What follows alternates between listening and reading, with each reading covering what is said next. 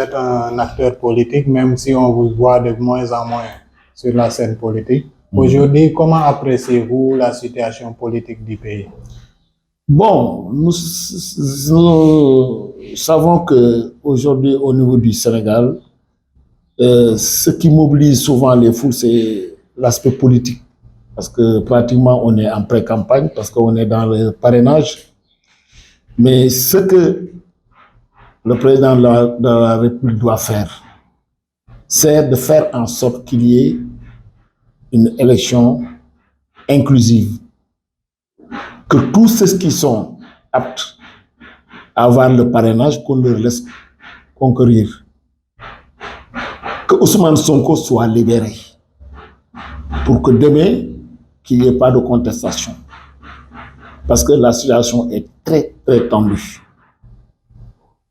Donc, nous, au niveau du grand parti, nous sommes en train de boucler notre parrainage.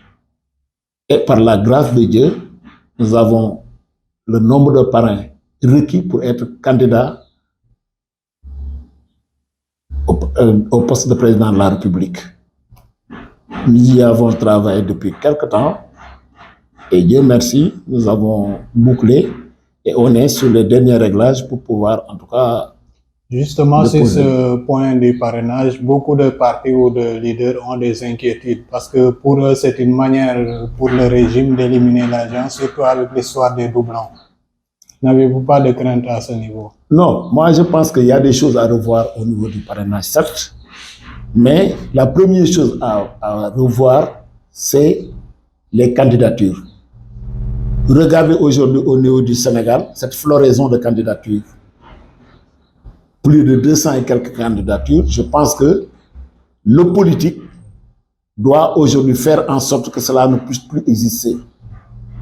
Et d'ailleurs, c'est la raison pour laquelle je disais souvent avec des amis, moi je pense qu'il faut peut-être mettre une caution. Cette caution permettra un peu de filtrer.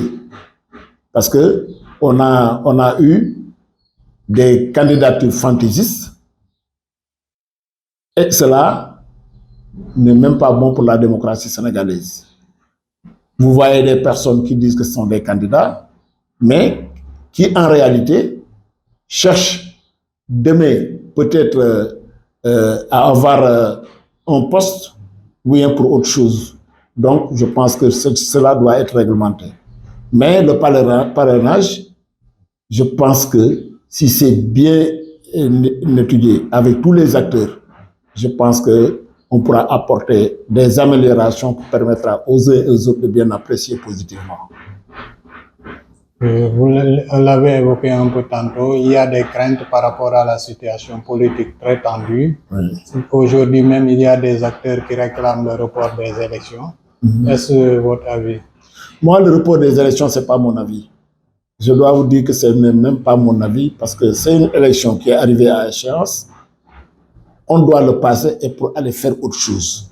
Dans ce pays, il y a énormément de choses à faire. Donc, reporter encore les élections, je pense que ne réglera pas le problème. Sinon, ça va continuer également à occasionner peut-être des troubles. On n'en sait pas beaucoup, mais en tout cas, le mieux, c'est d'organiser les élections à temps échu. C'est ça mon point de vue. Aujourd'hui, comment jugez-vous le magistère de Macky Sall qui est en fin de mandat et qui ne va plus se représenter? Vous savez, dans nos discussions, je vous disais tantôt que moi, je ne suis pas un homme politique dont on le définit au Sénégal. Je suis très réaliste dans mes positions. J'ai un peu apprécié tout à l'heure ce qu'il en fait en termes d'infrastructures dans ce pays-là. Parce que moi, j'ai parcouru le Sénégal de bout en bout, mais j'ai vu qu'effectivement, il a fait énormément de bonnes choses en milieu rural. Mais là où le bas blesse, c'est au niveau de la gouvernance. Il y a eu énormément de détournements et aujourd'hui, rien ne nous dit que ces détournements-là seront poursuivis jusqu'au bout. Il y a certes des audits qui ont été faits, mais aujourd'hui, on n'en sait pas grand-chose sur ces audits, parce que tous ceux qui sont mouillés dans ces détournements sont du côté du pouvoir. Les détournements de deniers publics doivent s'arrêter.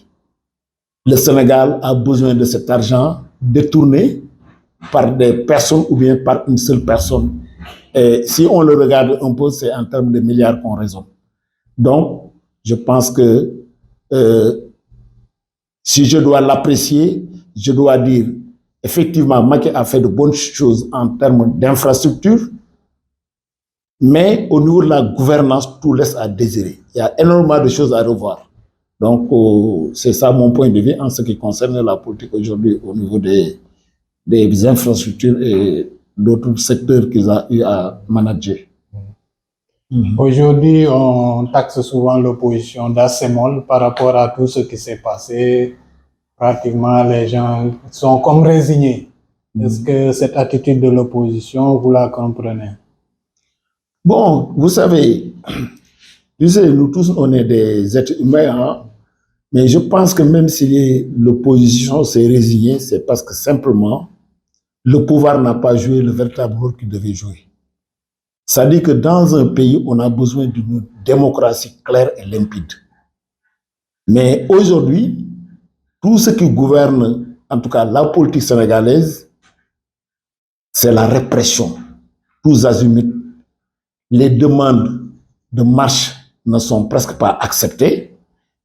Ou bien même si c'est accepté, on vous cloisonne dans une petite ruelle. Et s'il y a de petites choses qui se passent, la manifestation est réprimée.